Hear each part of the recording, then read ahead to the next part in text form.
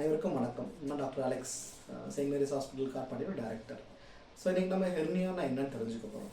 Hernia இல்லை தமிழில் குடலிறக்கம் அப்படின்னு என்னென்னா வயிற்று பகுதியில் தசைகளில் ஏற்படுற பலவீனத்தினால அந்த ஜவ்வில் ஒரு ஓட்டை விழுந்து அது வழியாக குடல் இறங்கி வர்றது தான் குடலிறக்கம் இல்லை ஹெர்னியா. ஸோ இது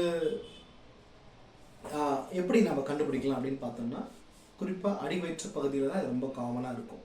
ஸோ அடி வயிற்று பகுதியில் ஒரு வீக்கம் வருது, அதுவும் படுத்தா வீக்கம் தானாக உள்ளே போயிடுது, இல்லை அழுத்தினா வீக்கம் உள்ளே போயிடுது, இருமுனா வீக்கம் வெளியே வருது. இதுதான் ஹெர்னியாவுடைய ஆரம்பக்கட்ட அறிகுறிகள். இதில் என்ன பிரச்சனைன்னு பார்த்தோம்னா, நம்ம முன்னே சொன்ன மாதிரி அது குடல் தான் இறங்கி வருது. ஸோ குடல் ஆரம்பத்தில் இறங்கிட்டு திரும்பி உள்ளே போயிடும். பட் கொஞ்சம் நாள் அடைவில் குடல் இறங்கிட்டு திருப்பி உள்ளே போக்க வழி இல்லாமல் போகும்போது வலி, அந்த குடலுக்கான ரத்த ஓட்டமாக தடைபட்டு போய் அழுகல், இந்த மாதிரி பிரச்சனைகள்லாம் வரலாம். ஸோ அது எப்படி சரி செய்யறதுன்னு பார்த்தோம்னா, ஒரு எளிய அறுவை சிகிச்சை மூலமாக இதை நம்ம சரி செய்யலாம். இப்போ நமக்கு லாப்ரோஸ்கோபி எல்லாம் வந்துருச்சு, திறந்து கூட எதுவுமே பண்ண வேண்டியது. அழகாக லாப்ரோஸ்கோபி மூலமாக அறுவை சிகிச்சை செஞ்சு அடுத்த நாளே நம்ம வீடு திரும்பலாம்.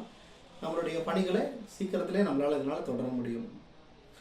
இது ஆப்ரேஷன் இல்லாமல் ஏதாவது பண்ண முடியுமா? எப்படி செவத்தில் இருக்கிற ஓட்டையை மருந்தால் அடைக்க முடியும், அதே மாதிரி வயிற்றில் இருக்கிற ஓட்டையும் அறுவை சிகிச்சையால் மூலமாக மட்டும்தான் அடைக்க முடியும்.